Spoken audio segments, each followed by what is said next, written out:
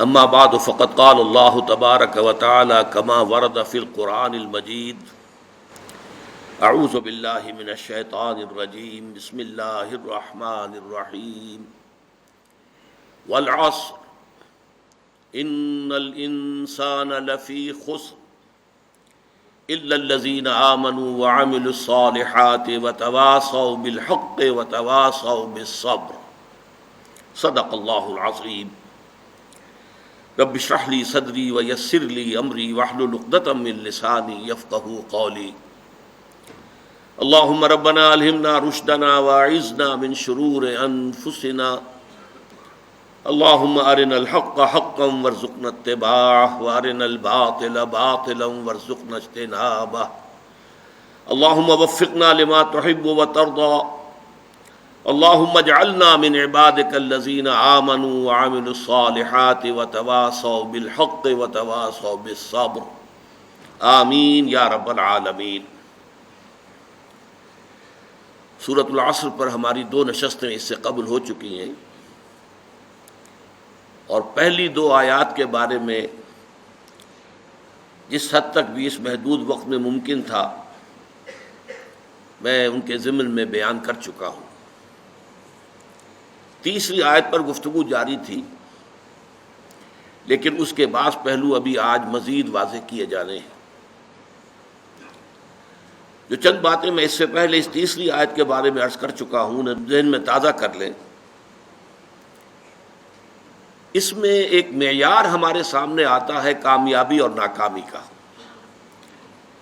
والعصر ان الانسان لفی خسر الا الذین آمنوا وعملوا الصالحات وتواصوا بالحق وتواصوا بالصبر۔ اس کا نتیجہ کیا نکلنا چاہیے کہ ہمارے دلوں میں یہ بات کھب جائے، جاگزیں ہو جائے، راسخ ہو جائے کہ انسان کی کامیابی کا دار و مدار دولت پر نہیں ہے، جائیداد پر نہیں ہے، دنیاوی اقتدار پر نہیں ہے، وجاہت پر نہیں ہے، بلکہ ایمان، عمل صالح، تواصی بالحق اور تواصی بالصبر پر۔ گویا کہ اگر یہ 4 چیزیں نہیں ہیں تو خواہ کوئی فرعون اور نمرود کسی بادشاہت کا حامل ہو، یا قارون کی طرح کے خزانوں کا مالک ہو، یا اسے دنیا میں کسی بھی اعتبار سے بہت شہرت حاصل ہو گئی ہو، لیکن وہ شخص ناکام ہے، نامراد ہے، خائب ہے، خاسر ہے۔ البتہ جس کے ہاں یہ 4 چیزیں موجود ہوں، وہ خواہ مفلس ہو، قلاش ہو، کسی جھونپڑی میں رہتا ہو، چٹائی پر سوتا ہو، اسے کھانے کے لیے بھی مناسب غذا میسر نہ ہو، گمنام ہو، کوئی اسے جانتا نہ ہو، لیکن وہ کامیاب ہے، کامران ہے، وہ مفلحین میں سے ہے، راشدون میں سے ہے، فائزون میں سے ہے۔ اس چیز کا دل میں کھپ جانا بہت ضروری ہے۔ اسی سے ہمارا طرز عمل معین ہوگا، اسی پر ہمارا دار و مدار ہے کہ ہم زندگی میں کیا رخ اختیار کرتے ہیں۔ مزید برآں اس میں صرف ایک مرتبہ اس بات کو سمجھ لینا اور دل میں کھبا لینا کافی نہیں ہے، اسے بار بار تازہ کرنے کی ضرورت ہے، اس لیے کہ ہمارے اعصاب متاثر ہو جاتے ہیں۔ جسے ہم عام اپنی کلوکین لینگویج میں کہتے ہیں بندہ بشر ہے، انسان اپنی خامیوں کے ساتھ ہے، خلق الانسان ضعیفا۔ مثلاً ہم جب کبھی دیکھتے ہیں کہ کوئی بڑی لمبی سی، چمکیلی سی، بھڑکیلی سی کار نئے ماڈل کی زناٹا کرتی ہوئی ہمارے پاس سے گزر گئی تو ایک دفعہ اعصاب میں اچھے اچھے لوگوں کے ارتعاش ہو جاتا ہے، اور انسان محسوس کرتا ہے یہ بڑے خوش نصیب لوگ ہیں جنہیں یہ چیزیں میسر ہیں۔ کوئی بڑا جو ہے محل نما مکان دیکھا تو انسان متاثر ہوتا ہے۔ اس تاثر کو قلب سے دھوتے رہنے کے لیے ضرورت ہے کہ اس معیار کامیابی اور ناکامی کو ذہن میں تازہ کیا جائے بار بار۔ چنانچہ میں اب آج آپ کو سنا رہا ہوں کہ صحابہ کرام کا معمول تھا۔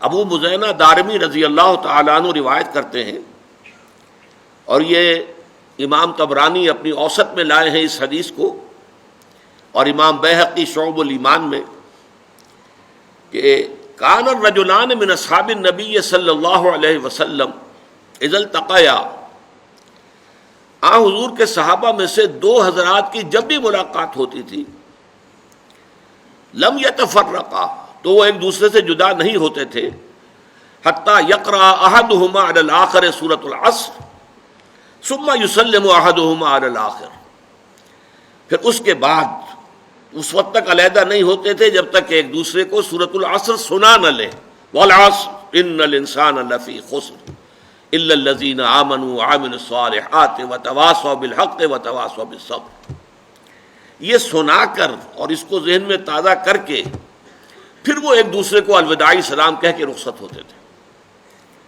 تو یہ ہے اصل میں سب سے پہلا نقطہ کہ اس چیز کو دل کے اندر جو ہے پوری طریقے سے راسخ ہو جانا چاہیے کہ کامیابی کا معیار یہ ہے، اور اگر یہ چار چیزیں نہیں ہیں تو چاہے دنیا کی ہر دوسری جس کو دنیا میں نعمتیں شمار کیا جاتا ہے ہر نعمت موجود ہو، انسان ناکام ہے۔ دوسری بات جو اس سے پہلے بیان ہو چکی ہے کہ یہاں جو انداز اور اسلوب بیان ہے اس سے معلوم ہوتا ہے کہ یہ کامیابی کے کم سے کم لوازم ہیں، اس لیے کہ اگر یوں کہا جاتا کہ یقیناً وہ لوگ جنت الفردوس میں بڑے اونچے مقامات حاصل کریں گے، اعلیٰ علیین میں ہوں گے جن میں یہ چار اوصاف موجود ہوں، تو منطقی طور پر ایک امکان پیدا ہو جاتا کہ اگر یہ نہیں بھی ہوں گے تو کم تر درجے میں کامیابی کی امید رکھی جا سکتی ہے۔ یہاں اسلوب بالکل مختلف ہے، والعصر ان الانسان لفی خسر الا الذین آمنوا وعملوا الصالحات وتواصوا بالحق وتواصوا بالصبر، زمانے کی قسم تمام انسان خسارے میں ہیں، ٹوٹے میں ہیں، تباہی اور بربادی سے دو چار ہو کر رہیں گے، سوائے ان کے کہ جن کے اندر یہ چار شرطیں پوری ہو جائیں۔ یہ گویا کہ جب کہ میں نے ایک کالج میں تقریر کی تھی تو میں نے کہا تھا طلباء کی مناسبت سے کہ یہ پاس مارکس کی بات ہو رہی ہے، یہ فرسٹ ڈویژن سیکنڈ ڈویژن یا ڈسٹنکشن کی بات نہیں ہو رہی، یہ تو در حقیقت محض خسارے سے بچنے کے لوازم ہیں۔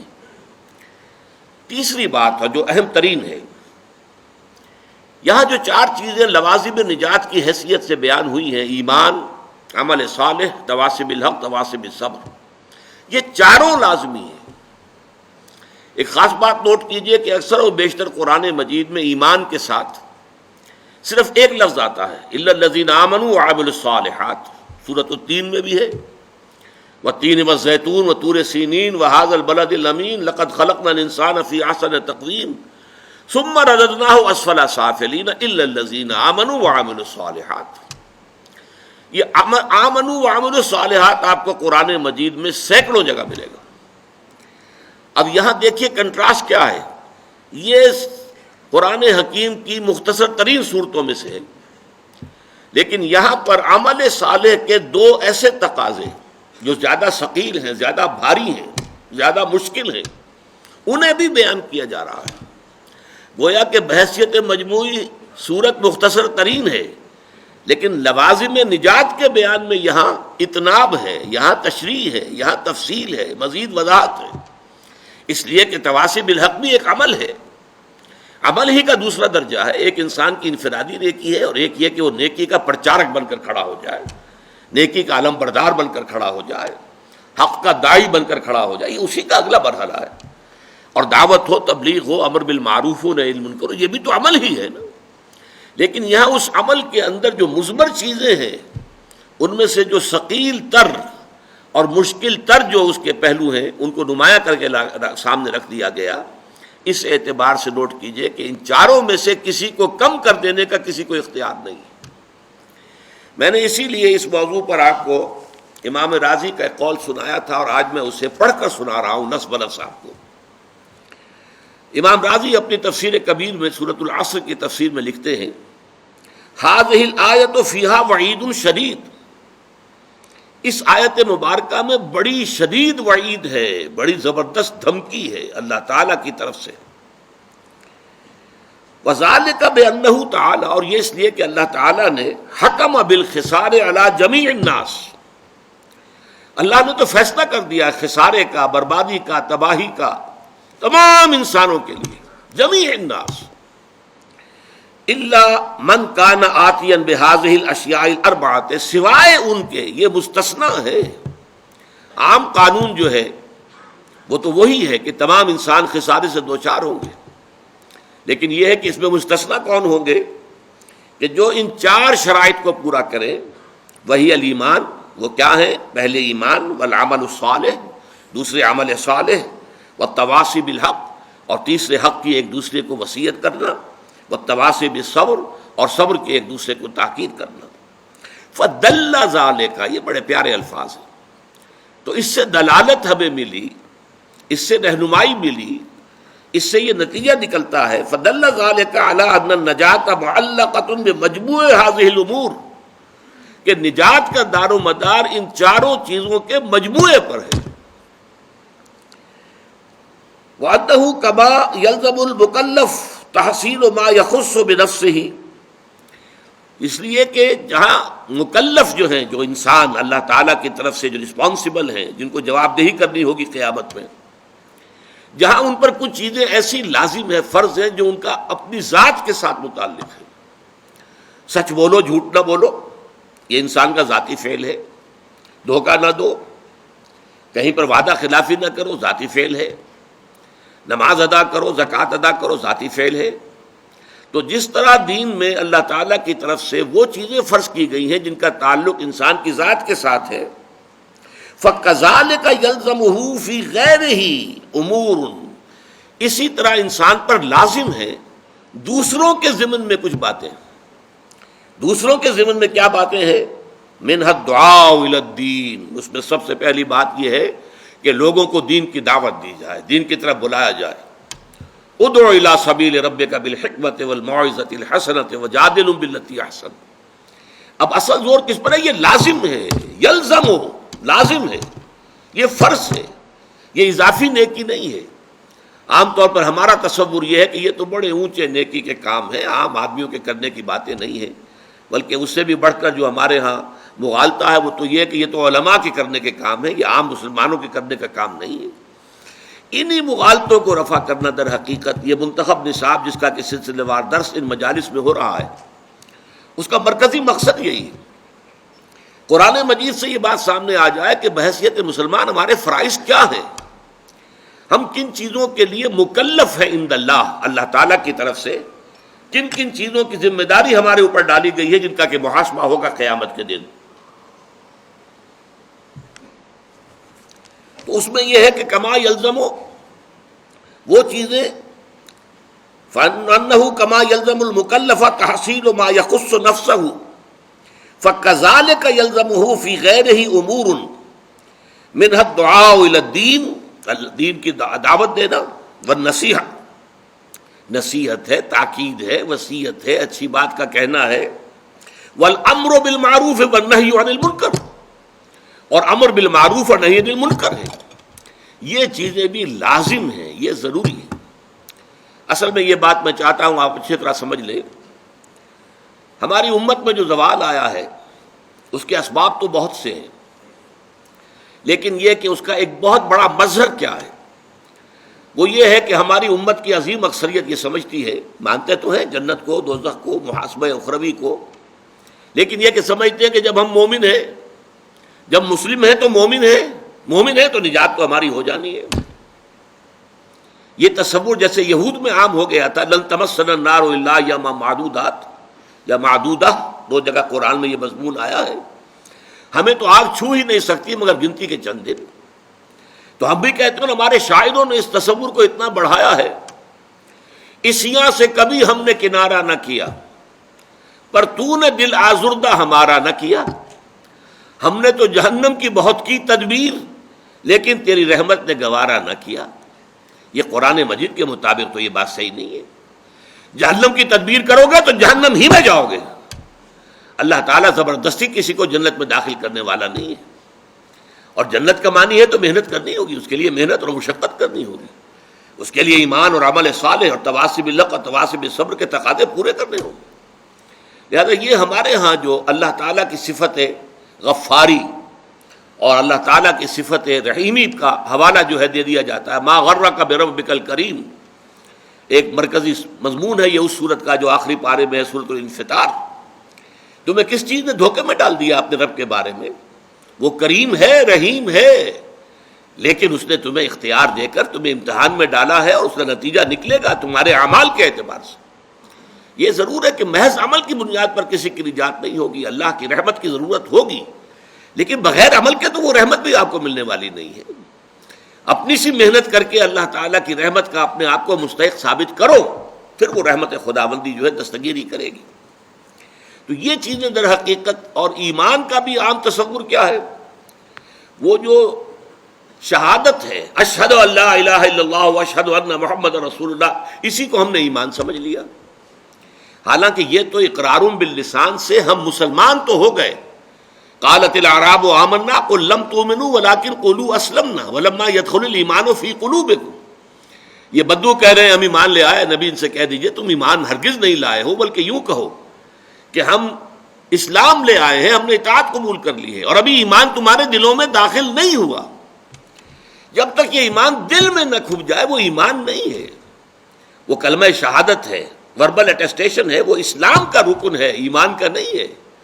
ایمان کا رکن کیا ہے؟ ثم لم یرتابوا انما المؤمنون الذین آمنوا باللہ ورسولہ ثم لم یرتابوا۔ اصل مومن تو وہ ہیں جو اللہ پر، اس کے رسول پر ایمان لائے، پھر شک میں ہرگز نہ پڑے، یقین کی کیفیت ہو جائے۔ پھر عمل صالح، جیسا کہ میں نے کہا قرآن مجید میں شاذ آپ کو بڑا تلاش کرنے کے مقام تلاش کرنا پڑے گا جہاں کہ ایمان کے ساتھ عمل صالح کی شرط موجود نہ ہو، وہ لازم و ملزوم کی طرح ہوتے ہیں۔ پھر یہ تواصب بالحق اور تواصب بالصبر ہے۔ تو یہ تمام چیزیں لازم ہیں، اور ان کے لزوم کو در حقیقت ذہن نشین کرنا، جیسا کہ میں نے عرض کیا کہ اس کی ہمارے اس منتخب نصاب کے درس کا مرکزی ہدف یہی ہے، ٹارگٹ یہی ہے کہ ہمارا جو تصور ہے فرائض دینی کا وہ بدل جائے۔ اب دیکھیں ان چاروں چیزوں کے اندر در حقیقت یہ چار چیزیں نہیں ہیں، بلکہ یہ ایک ہی سلسلے کی چار کڑیاں ہیں، ایک سے دوسری شے خود بخود برآمد ہوتی ہے۔ میں اس کو ایک بڑی سادہ سی مثال سے پہلے سمجھاؤں۔ دیکھیے دنیا میں کوئی معاملہ آپ کے سامنے آتا ہے، فرض کیجئے کہ کوئی جھگڑا ہے، کوئی تنازع ہے، کوئی قضیہ ہے۔ پہلا کام، اگر آپ واقعتاً شریف انسان ہیں، مضبوط سیرت و کردار کے مالک انسان ہیں، صاحب کردار انسان ہے، تو پہلا کام کیا ہوگا کہ آپ اصل حقیقت تلاش کریں امکانی حد تک کہ مسئلہ ہے کیا، کس کا حق ہے، کون برحق ہے، کون جو ہے اس کا حق ثابت ہوتا ہے۔ تو پہلے یہ ہے تفتیش، تحقیق کہ حقیقت معلوم ہو جائے۔ ثانیاً اب جو حقیقت آپ پر منکشف ہو، اب اسے قبول کرنا دل سے، اور اگر اس کا کوئی اثر آپ کی ذات پر بھی پڑتا ہو تو اس کو عملاً اختیار کرنا۔ فرض کیجئے کہ اس معاملے میں کوئی ایسا پہلو نکل آیا ہے جس کی زد خود آپ پر پڑ رہی ہے، تو اس لیے کہ مجھ پر زد آ رہی ہے یا میرے والدین پر آ رہی ہے، میرے رشتہ داروں پر آ رہی ہے، اگر غض بصر کریں گے، صرف نظر کریں گے، تو معلوم ہے سیرت اور کردار نام کی کوئی شے نہیں ہے، پھر بودا انسان ہے، کوئی حیثیت نہیں۔ جیسے کہ قرآن مجید میں سورہ نساء میں فرمایا گیا، یا ایھا الذین آمنوا کونوا قوامین بالقسط شہداء للہ ولو علی انفسکم او الوالدین والاقربین۔ اے ایمان والو، کھڑے ہو جاؤ عدل کے علم بردار بن کر، اللہ کے لیے گواہی دینے والے بن کر، اور چاہے کوئی معاملہ ایسا ہو کہ جو تمہارے خلاف جا رہا ہو، تمہارے والدین کے خلاف جا رہا ہو، تمہارے رشتہ داروں کے خلاف جا رہا ہو، عدل کا دامن ہاتھ سے نہیں چھوڑنا۔ اسی طرح فرض کیجئے کوئی فیصلہ جو ہے صحیح بات، اس سے آپ کے کسی دشمن کو فائدہ پہنچ رہا ہے، اب یہاں کس وجہ سے نہ رک جائیں۔ یا ایھا الذین آمنوا، یہ سورہ مائدہ میں ہے، کونوا قوامین للہ شہداء بالقسط ولا یجرمنکم شنآن قوم علی الا تعدلوا اعدلوا ھو اقرب للتقوی۔ دیکھو کہیں ایسا نہ ہو کسی کی دشمنی تمہیں زیادہ عدل سے اور زیادہ حق سے منحرف کر دے، اس لیے کہ دشمن کو فائدہ پہنچ رہا ہے، تو یہ بات میں کیسے کہہ دوں؟ نہیں، دشمن کو فائدہ پہنچ رہا ہو یا اپنے کو نقصان پہنچتا ہو، جو حق ہے اسے بیان کرنا ہے اور اسے قبول کرنا ہے، اگر واقعی سیرت و کردار کا حامل انسان ہے۔ تیسرے درجے میں یہ کہ اس کا واشگاف اعلان کرو، ڈنکے کی چوٹ اعلان کرو۔ اور چوتھے یہ کہ اگر اس میں کوئی ریزنٹمنٹ ہوتی ہے، کوئی فریق جو ہے آپ کے خلاف کوئی اقدام کرتا ہے، کوئی پروپیگنڈا کرتا ہے، کوئی آپ کے خلاف جو ہے کوئی اور ایسی تدبیر کرتا ہے جس سے نقصان پہنچ سکتا ہے، تو ڈر کر خاموش نہیں ہو جانا، بلکہ یہ کہ وہ سارے خطرات کو برداشت کرتے ہوئے مردانہ وار جو حق بات ہے اسے کہنا ضرور ہے، اور اگر اس میں کوئی تکلیف آ رہی ہے تو اس کو جھیلنا ہے۔ یہ خود بخود جو ہے، یہ 4 قدم جو ہے، اگر انسان صاحب کردار ہے، اگر اس میں واقعتاً سیرت اور کریکٹر نام کی کوئی شے، تو یہ خود بخود ہوگا کہ ہر شے کی حقیقت تلاش کرو۔ نمبر 2، اس کو قبول کرو، اور اس کا کوئی عملی تقاضا ہے تو اس کو پورا کرو، اس کا اعلان کرو ڈنکے کی چوٹ، اور اگر اس میں تم پر کوئی تکلیف آئے تو جھیلو، برداشت کرو، مردانہ وار کھڑے ہو جاؤ۔ یہ 4 چیزیں میں نے آپ کو عام دنیاوی معاملات کے اعتبار سے بتائی کہ یہ ایک دوسرے کا منطقی نتیجہ ہے۔ یہ تو میں نے بہت گراؤنڈ لیول پر بات کی، اب ذرا بہت اونچی سطح پر بات کریں گے۔ دیکھیے، ہر ذی شعور انسان کے لیے سب سے پہلا مسئلہ جو دنیا میں آتا ہے وہ یہ ہے، میں کون ہوں، کہاں سے آیا ہوں، یہ کائنات کیا ہے؟ آیا یہ ہمیشہ سے ہے یا ہمیشہ رہے گی، یا یہ کہ کسی وقت کریٹ کی گئی ہے، تخلیق کی گئی ہے اور کسی وقت ختم بھی ہو جائے گی؟ اگر کریٹ کی گئی تو کریٹر کون ہے، خالق کون ہے؟ میرا اس کے ساتھ رابطہ کوئی ہو سکتا ہے؟ نہیں ہو سکتا۔ پھر یہ کہ میرے اندر خیر اور شر کے کچھ رجحانات تو ہیں، لیکن آیا یہ مستقل ویلیوز ہے یا ایسے ہی صرف میری سوچ ہے؟ نتھنگ از گڈ اور bad, only thinking makes it so, یا کچھ اور معاملہ ہے؟ علم کیا ہے، کہاں سے علم حاصل کریں؟ یہ فلسفے کے بڑے چوٹی کے مسائل ہیں۔ ایپسٹیمولوجی ہے، ایتھکس ہے، اور یہ کہ میٹا فزکس ہے۔ یہ تمام مسائل دنیا میں آتے ہیں ہر باشعور انسان کے۔ یہ دوسری بات ہے کہ اکثر لوگ بے شعور ہوتے ہیں۔ وہ یہ کہ ہر معاشرے میں جس میں آنکھ کھولی اس میں جو کچھ بھی لوگ مان رہے ہیں انہوں نے مان لیا۔ 100 خداؤں کو مان رہے ہیں، 100 کو مان لیا، چلو گاڑی چلاؤ۔ کوئی جو بھی ان کے تصورات اور عقائد اختیار کر لیا اور چل پڑے، بھیڑ چال۔ لیکن یہ کہ ہمیشہ آپ نے دیکھا کچھ نہ کچھ لوگ دنیا میں ایسے رہے کہ جنہوں نے محض اس وجہ سے کسی شے کو ماننے کے لیے تیار نہیں ہوئے کہ چونکہ لوگ مانتے ہیں۔ They wanted to know it for themselves۔ ہم خود تحقیق کریں گے، تفتیش کریں گے، غور و فکر کریں گے۔ اب اس میں سوچئے، اگر کسی کا دل ان سوالات کے ان جوابات پر مطمئن ہو جائے جو انبیاء کرام نے دیے۔ انبیاء کرام نے کیا جواب دیے؟ سب نے دیا ایک ہی جواب، سب کا۔ شریعتیں مختلف ہیں، منہاج مختلف ہے، ان سوالوں کا جواب ایک ہی ہے۔ یہ کائنات نہ ہمیشہ سے ہے نہ ہمیشہ رہے گی، ایک وقت معین پر اس کی تخلیق ہوئی ہے، ایک اجل مسمى، ایک وقت معین تک کے لیے۔ اس کا ایک خالق ہے اللہ، وہ واحد ہے اپنی ذات میں، صفات میں کوئی شریک نہیں اس کے۔ لا ضد لہ ولا ند لہ ولا مثل لہ ولا مثال لہ ولا مثیل لہ، کوئی اس جیسا نہیں۔ ولم یکن لہ کفوا احد، لم یلد ولم یولد۔ اس نے کائنات پیدا کی، اسی نے انسان کو پیدا کیا، انسان کو اشرف المخلوقات بنایا، فرشتوں کو اس کے سامنے جھکوا دیا، اور پھر انسانوں کی رہنمائی کے لیے ایک تو نیکی اور بدی کے کا علم الہامی طور پر اس کے اندر رکھ دیا، اور اس کے علاوہ اس نے اپنے نبی بھیجے، کتابیں بھیجی، شریعتیں نازل کی، رسول بھیجے۔ ان سارے جوابات کو مان لینا جو ہے یہ پہلا قدم ہے جس کا نام ایمان ہے۔ اب جس شخص نے یہ جوابات تسلیم کیے، مان لیا، اس کے لیے لازم ہوگا کہ اللہ کے احکام مانے، یہ منطقی نتیجہ ہے۔ لازم ہوگا کہ رسول کے بتائے ہوئے راستے پر چلے، لازم ہوگا کہ اپنے آپ کو اللہ کے غضب سے اور عذاب سے اور جہنم سے بچانے کی فکر کرے، یہ عمل صالح ہے۔ تیسرے درجے میں اب اسی کی دعوت دے، اسی کو لوگوں تک پہنچائے، لوگوں کو اسی راستے کی طرف بلائے۔ اور چوتھے درجے میں یہ کہ اگر اس میں کوئی تکلیف آتی ہے، جیسا کہ آپ کو معلوم ہے تمام انبیاء اور رسول کو تکلیفیں اٹھانی پڑی، کیسی کیسی تکلیفیں جھیلی ہیں ہمارے انبیاء اور رسول نے۔ اور حضور فرماتے ہیں کہ تمام انبیاء نے جو تکلیفیں برداشت کی ہیں، میں نے تنہا وہ ساری برداشت کی۔ آپ کا خون بھی آپ کو معلوم ہے بہا ہے 2 مواقع پر۔ آپ کو معلوم ہے کہ طائف کی مٹی میں بھی حضور کا خون جذب ہوا، اور پھر دامن احد میں تو خون کا فوارہ چھوٹا ہے آپ کے چہرے سے۔ یہ جو رخسار مبارک کی ہڈی تھی، اس کے اندر چونکہ وار تلوار کا جو ہے گھس گیا، اور خود جو آپ نے پہنا ہوا تھا اس کی 2 کڑیاں بھی اس کے اندر گھس گئیں، تو اس میں جو ہے جب ان کو نکالا گیا ہے تو خون کا فوارہ چھوٹا، اتنا خون گیا ہے کہ آپ بے ہوش ہو گئے۔ تو تکلیفیں جھیلو، حق کے لیے، بھلائی کے لیے، عدل کے لیے، انصاف کے لیے، یہ ہے راستہ الا الذین آمنوا وعملوا الصالحات وتواصوا بالحق وتواصوا بالصبر. اب اس میں ذرا باہمی جو ربط ہے ان کا وہ بھی سمجھ لیجئے.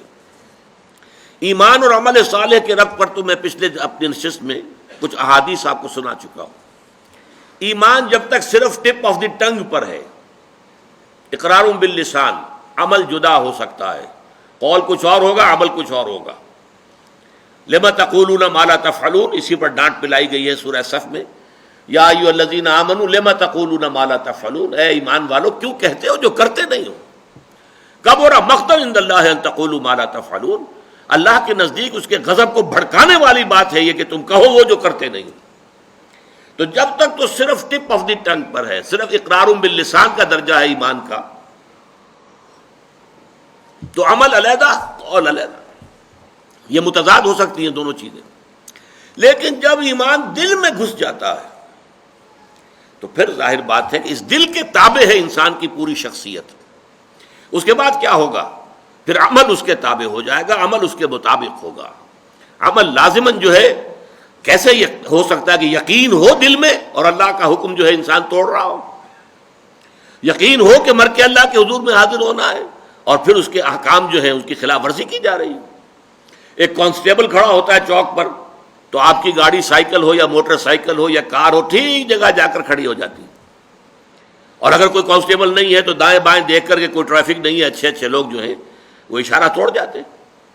تو اگر کسی کو یقین ہو اللہ ہے اور ہر آن مجھے دیکھ رہا ہے، ہر آن دیکھ رہا ہے، چاہے میں 3 پردوں میں ہو جاؤں، میں نے گھر کا مین دروازہ بھی بند کیا ہے، پھر یہ کہ اس کے بعد سارے دروازے کھڑکیاں ان کے اوپر پردے بھی ڈال دیے ہیں، لیکن ایک آنکھ مجھے اب بھی دیکھ رہی ہے. اگر یہ یقین ہو تو کیسے اس کے حکم کی خلاف ورزی ہوگی؟ اس لیے میں نے حدیثیں آپ کو سنائی تھی، لا یزنی الزانی حین یزنی وہو مومن، کوئی زانی حالت ایمان میں زنا نہیں کرتا. کیسے ممکن ہے کہ دل میں ایمان ہو اور زنا ہو رہا ہو؟ ناممکن. پھر وہ دھیلے کی قیمت نہیں اس ایمان کی. کوئی شرابی حالت ایمان میں شراب نہیں پیتا، کوئی چور حالت ایمان میں چوری نہیں کرتا. اسی طرح یہ کہ آپ نے 3 مرتبہ قسم کھائی، واللہ لا یؤمن واللہ لا یؤمن واللہ لا یؤمن، قیل من یا رسول اللہ، خدا کی قسم فلاں شخص مومن نہیں، فلاں شخص مومن نہیں، فلاں شخص مومن نہیں، 3 دفعہ قسم. پوچھا گیا کون؟ آپ نے فرمایا الذی لا یأمن جارہ بوائقہ، وہ شخص کہ جس کی کج خلقی کی وجہ سے، بد اخلاقی کی وجہ سے اس کا پڑوسی چین میں نہیں ہے، امن میں نہیں ہے. پڑوسی کو ہر وقت اندیشہ ہوتا ہے پتہ نہیں کیا کر گزرے گا، یہ میری عزت پر کوئی حملہ کرے گا، کیا کرے گا، کچھ پتہ نہیں. تو وہ شخص مومن نہیں ہے. وہ نمازی ہو، وہ روزے دار ہو، وہ متقی ہو، وہ داڑھی والا ہو، سب کچھ ہو، لیکن یہ کہ اگر پڑوسی امن میں نہیں، چین میں نہیں ہے تو وہ مومن نہیں ہے، نہیں ہے، نہیں ہے، خدا کی قسم نہیں ہے. تو آپ بتائیے ایمان اور عمل صالح کو کیسے ایک دوسرے سے جدا کر دیں گے؟ ہاں لیگل لیول پر، at the tip of the tongue, زبان پر جب ایمان ہے تو ہو سکتا ہے عمل اور قول اور، لیکن جب دل میں ایمان آ جائے گا تو پھر ممکن نہیں. اسی طریقے سے یہ تو ایمان اور عمل صالح کا تعلق ہو گیا جو بالکل لازم و ملزوم ہے، جسے آپ اردو محاورے میں کہتے ہیں چولی دامن کا ساتھ ہے، چولی دامن کا ساتھ. اسی طریقے سے 3 اور 4 کو بھی جب دیکھیں گے تو اس کا بھی بالکل واضح طور پر بات ہے کہ ان کے درمیان رشتہ ہے لازم و ملزوم کا. عام قول ہے دنیا میں ٹروتھ از بٹر، عربی میں بھی کہتے ہیں الحق مرن، حق جو ہے کڑوا ہوتا ہے، کوئی شخص سننے کو تیار نہیں. آپ کوئی اچھی بات کسی سے کہیے، تنقید کیجئے اس پر، اگر اس نے کوئی غلط حرکت کی ہے تو آپ کو ریزنٹمنٹ کا سامنا تو ہوگا. کوئی عملی اقدام آپ کے خلاف نہ ہو، یہ بھی ہو سکتا ہے کوئی آپ پر زد و کوب کرنے کے لیے بھی آمادہ ہو جائے. تو یہ تو آئے گا. خیر کی دعوت کو اور نیکی کی تبلیغ کو ظاہر بات ہے کہ ٹھنڈے پیٹوں برداشت نہیں کیا جاتا. یہ اس اعتبار سے لازم و ملزوم ہے. بدی جو ہے وہ آسانی سے راستہ نہیں چھوڑتی نیکی کے لیے، بلکہ نیکی کو قربانیاں دے کر اور محنتیں کر کے اور مشقت کر کے اور تکالیف جھیل کر ثابت کرنا پڑتا ہے کہ ہاں واقعی نیکی کا حق ہے کہ اس کا غلبہ ہو. تو یہ دونوں چیزیں، ایک ایمان اور عمل صالح لازم و ملزوم، تواصی بالحق تواصی بالصبر لازم و ملزوم. یہ جو درمیان میں لنک بنتا ہے 2 اور 3 کے درمیان، عمل صالح اور تواصی بالحق کا لنک کیا ہے؟ یہ ذرا سمجھنے کی بات ہے۔ دیکھیے نیکی اگر واقعتاً آپ میں پیدا ہو گئی ہے، خیر بھلائی عمل صالح آپ میں پیدا ہو گیا ہے، اگر واقعی، اگر وہ دکھاوے کا نہ ہو، ریاکاری کا نہ ہو، جھوٹ موٹ کا نہ ہو، واقعی ہو، واقعی ایمان پیدا ہو گیا، واقعی آپ کا عمل صالح جو ہے وہ میچور ہو گیا، تو تین تقاضے ہیں جن کے تحت وہ آپ کی ذات سے پھیلے گا باہر معاشرے کے اندر۔ پہلی بات تو سمجھیے کہ فزیکل لا ہے، اگر کہیں بھٹی جل رہی ہے آگ کی تو اس سے حرارت ماحول میں سرایت کرے گی کہ نہیں؟ لازماً پھیلے گی۔ اور اگر کہیں برف کی سلیں رکھی ہوئی ہیں اس سے ٹھنڈ ماحول میں سرایت کرے گی کہ نہیں؟ لازماً کرے گی، فزیکل لا ہے نا۔ اگر آپ میں نیکی ہے، عمل صالح ہے، خیر ہے، یہ خیر آپ سے لازماً معاشرے کے اندر سرایت کرے گا، پھیلے گا۔ جیسے کنٹیجیس ڈیزیز ہوتی ہیں کہ بیماری ایک دوسرے کو لگتی ہے، ایسے یہ خیر، یہ بھلائی جو ہے یہ بھی یقیناً ایک سے دوسرے تک متعدی ہوتی ہے، پھیلتی ہے، جاتی ہے اور سرایت کرتی ہے۔ ثانیاً فرض کیجئے آپ کو اللہ تعالیٰ نے کوئی خیر دیا ہے، کوئی بھلائی دی ہے، سیدھا راستہ دکھا دیا ہے جو سیدھا جنت کی طرف لے کے جانے والا ہے، تو کیا آپ کی شرافت اور مروت کا تقاضا نہیں ہوگا کہ آپ اسے اپنے عزیزوں، رشتہ داروں، دوستوں، اقربا اور عام انسانوں تک اس کو ان کے ساتھ شیئر کریں؟ آؤ بھائی تم بھی اس راستے پر آؤ، دیکھو اس راستے پر نہ جاؤ، وہ ہلاکت والا راستہ ہے، تباہی کی طرف تم جا رہے ہو، آؤ اس راستے کی طرف جو کہ در حقیقت کامیابی کا راستہ ہے۔ تو اس کے لیے شرافت، جیسے کسی کے پاس اگر دولت ہے تو شرافت اور مروت کا تقاضا کیا ہے؟ وہ اپنی دولت کو شیئر کرے غرباء کے ساتھ، فقراء کے ساتھ، مساکین کے ساتھ۔ جو اس کو شیئر نہیں کرتا تو بخیل ہے، پھر وہ کوئی صاحب کردار آدمی نہیں ہے، شرافت اور مروت سے اس کا کوئی حصہ نہیں ملا ہے۔ اسی طریقے سے خیر ملا ہے، ہدایت ملی ہے، نیکی ملی ہے، وہ جو خیر کا راستہ ہے، کامیابی کا راستہ ہے، اس کی معرفت حاصل ہو گئی ہے، اس کا علم حاصل ہو گیا ہے، تو اس کو شیئر کرنا یہ شرافت اور مروت کا تقاضا ہے۔ نمبر 3، اگر حق کو آپ دیکھتے ہیں کہ وہ مغلوب ہے، حق پامال ہے، باطل کا غلغلہ ہے، باطل جو ہے ڈنکا بجا رہا ہے اور حق جو ہے پامال ہو رہا ہے، قدموں تلے کچلا جا رہا ہے، تو اب یہ آپ کی شرافت کے، آپ کی حمیت اور آپ کی غیرت کا تقاضا یہ ہے، حمیت اور غیرت، کہ آپ حق کا ساتھ دیں، حق کا بول بالا کرنے کی کوشش کریں، آپ اس کے لیے تن من دھن کی بازی لگا دیں۔ اگر یہ نہیں ہے تو آپ میں پھر غیرت نہیں ہے، پھر حمیت نہیں، حمیت حق، غیرت حق جو ہے اس کا تقاضا ہے۔ اس اعتبار سے میں نے آپ کے سامنے رکھا کہ یہ چاروں چیزیں ایک دوسرے کا منطقی نتیجہ ہیں، اور اسی لیے میں نے اس کو جو نام دیا ہے کہ یہ در حقیقت صراط مستقیم کے سنگھائے میل ہیں۔ آپ کہیں جا رہے ہیں تو راستے میں آپ دیکھتے ہیں کہ مائل سٹونز لگے ہوئے ہیں، معلوم ہو گیا کہ فلاں جگہ اب اتنے میل رہ گئی ہے، اب اتنی دور اور ہے، اتنی دور اور ہے، یہ مائل سٹونز ہیں۔ اس سے آپ کو معلوم ہوتا ہے کہ آپ سیدھے راستے پر ہیں، آپ کہیں کوئی غلط موڑ نہیں مڑ آئے ہیں، واقعی یہ اسی رخ پر جا رہا ہے راستہ کہ جو آپ کی منزل ہے۔ اسی طریقے سے صراط مستقیم جس کی کہ ہم اللہ سے استدعا کرتے ہیں نماز کی ہر رکعت میں، اہدنا الصراط المستقیم صراط الذین انعمت علیہم غیر المغضوب علیہم ولا الضالین، اس صراط المستقیم کے یہ 4 سنگھائے میل ہیں۔ پہلا ہے ایمان، قلبی ایمان، دلی یقین والا ایمان، پرسنل کنوکشن والا ایمان۔ دوسرا ہے نیک عمل، اچھے اعمال، بھلائیاں، خوش خلقی، لوگوں کی خدمت خلق، اللہ کے احکام پر عمل، عبادات کو بجا لانا بہتر سے بہتر انداز میں، جو حقوق جس کے شریعت نے معین کیے ہیں وہ سارے حقوق ادا کرنا، پڑوسی کا حق ہے، والدین کے حقوق ہیں، اولاد کے حقوق ہیں، وہ سارے حقوق ادا کریں۔ تیسرا یہ ہے کہ پھر حق کے علمبردار بن کر کھڑے ہو جائیں، اور یہ کہ خیر کی دعوت دیں، لوگوں کو اللہ کے دین کی طرف بلائیں، نیکی کا حکم دیں، بدی سے روکیں۔ یہ سنگھائے میل ہے۔ اگر ایمان آپ سمجھتے ہیں کہ آپ کو حاصل ہو گیا، نیک عمل نہیں ہو رہا، تو سمجھ لیجئے کہ غلط موڑ مڑ گئے ہیں آپ ایمان کے بارے میں دھوکے میں آ گئے، ایمان ابھی آپ کو حاصل نہیں ہوا۔ اگر ایمان حقیقی ہوتا تو عمل صالح لازماً ہوتا۔ اسی طریقے سے اگر آپ سمجھتے ہیں کہ میں نیک بن گیا، میں نے نیک اعمال اختیار کر لیے، میں نے نیکی جو ہے اور اعمال صالحہ کی تحصیل کر لی ہے، لیکن اس سے اگلا مرحلہ نہیں آتا، دعوت کا مرحلہ نہیں آتا، امر بالمعروف نہی عن المنکر کا مرحلہ نہیں آتا، خیر کی وصیت اور نصیحت کا مرحلہ نہیں آتا، تو سمجھ لیجئے کہ آپ کا اپنا اخلاق جو ہے کہیں اس کو گھن لگ گیا۔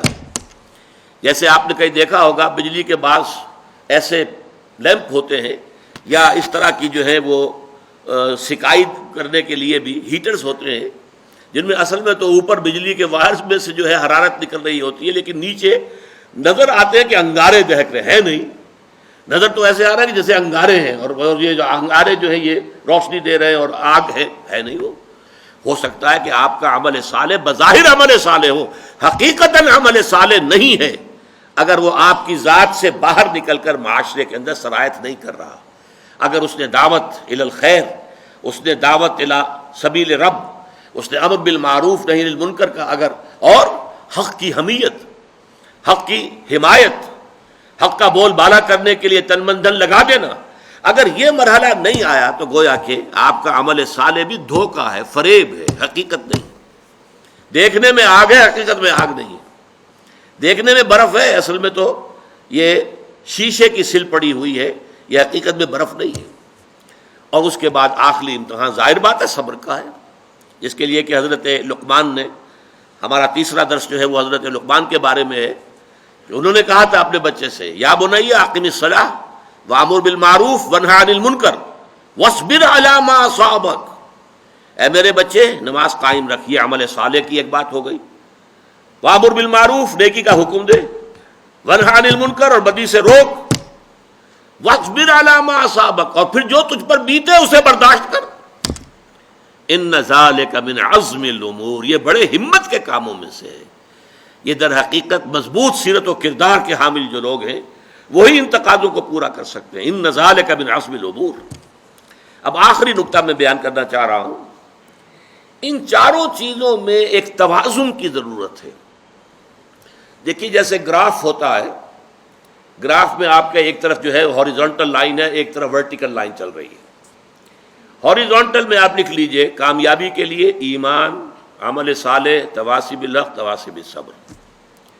اب ایمان کے بھی درجے بہت ہوں گے، عمل صالح کے بھی درجات بہت ہیں، تواصی بالحق کے بھی درجے بہت ہیں، صبر کے بھی بڑے سے بڑے کٹھن سے کٹھن مراحل آ سکتے ہیں۔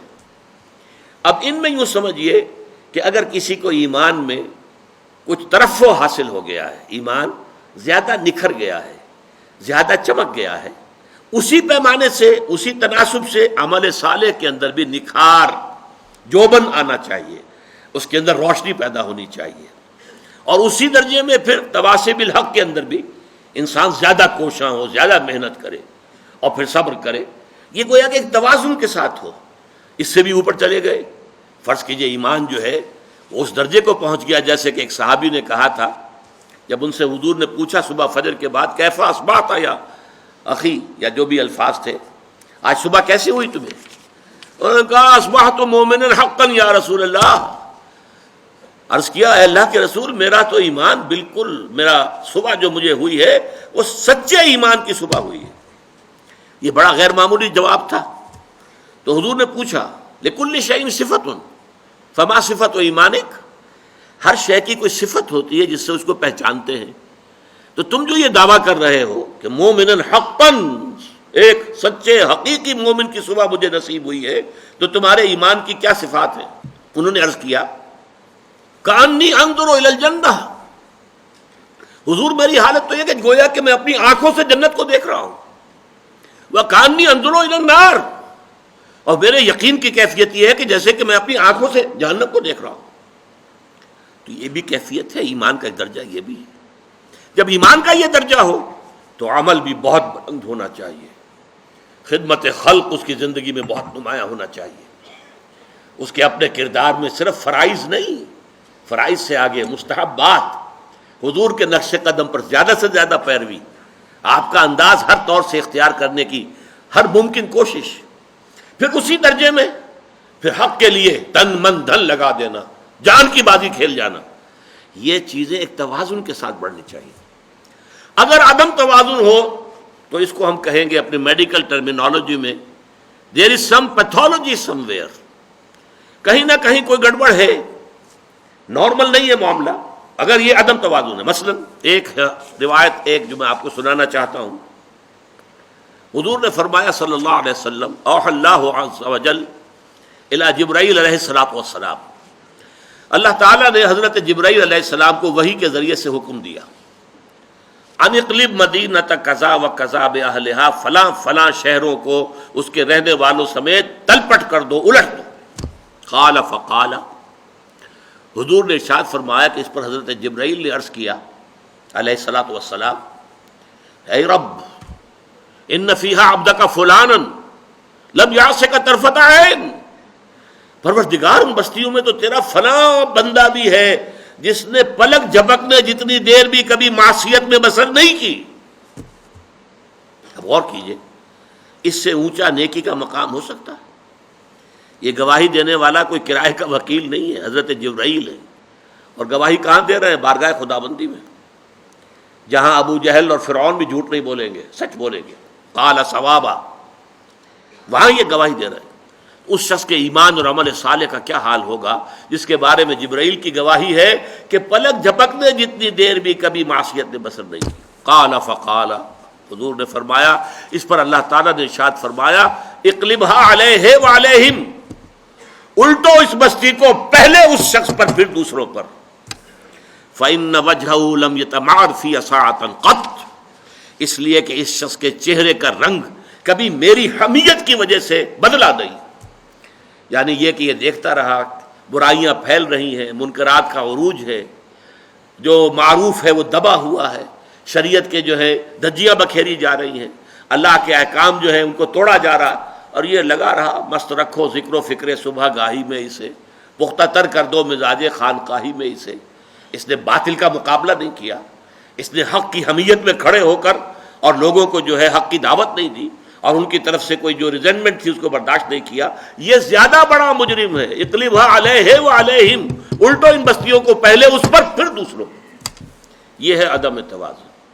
اس کی دوسری انتہا کیا ہوگی؟ فرض کیجئے ایک شخص ہے، وہ اقامت دین کے لیے جد و جہد کر رہا ہے، تن من دھن صبح شام لگا ہوا ہے، یہ اونچا ترین مرحلہ ہے، یہ تواصی بالحق کی بلند ترین منزل ہے، لیکن دوسری طرف حال کیا ہے؟ ایمان بس صرف سرسری سے حاصل ہے، وہ یقین والے ایمان کی طرف کبھی دلچسپی نہیں ہوئی، توجہ ہی نہیں ہوئی، اور یہ کہ اعمال میں نماز بھی بڑی مشکل سے مارے بھاگے کو پڑھی جا رہی ہے۔ اگر یہ صورتحال ہے تو یہ عدم توازن کی برعکس کیفیت ہوگی۔ ان چاروں چیزوں میں توازن ہونا چاہیے۔ والعصر ان الانسان لفی خسر الا الذین آمنوا وعملوا الصالحات وتواصوا بالحق وتواصوا بالصبر، صدق اللہ العظیم۔